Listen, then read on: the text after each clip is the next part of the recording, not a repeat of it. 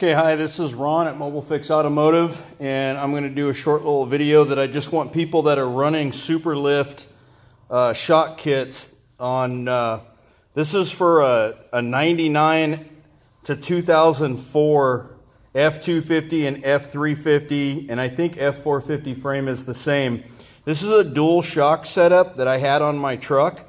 Unfortunately, I don't have a picture of it while it's mounted, but there's a shock that runs on each side of this bracket.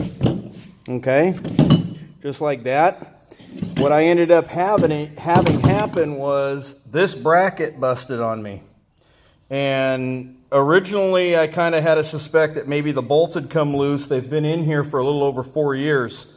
But I ended up finding this in the inside of my frame on the driver's side, so that bolt did shear off. It wasn't that it came loose, it sheared off. And the reason why was because this bracket busted. Actually, it goes this way. This bracket broke, and then it put all the stress on these two bolts to hold the shocks. Now, these shocks have been super stiff since I put them on the truck. It's killed my kidneys, but I've just been too lazy to swap them back out.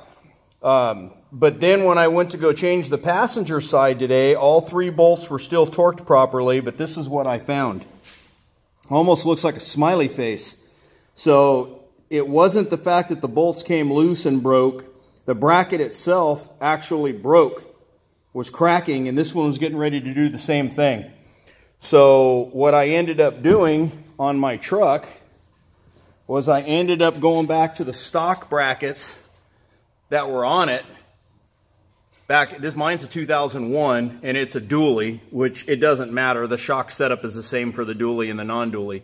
But I ended up putting 2.0 Fox remote reservoir shocks on it. Hopefully it'll ride a little bit better and not ride like I've basically locked the suspension up.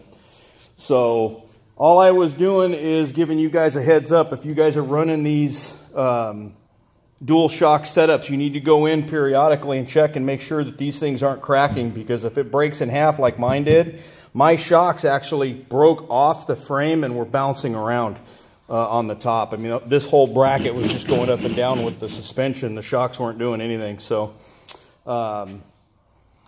if you have any questions about this particular video, give me a call, and hopefully we'll see you on the next one.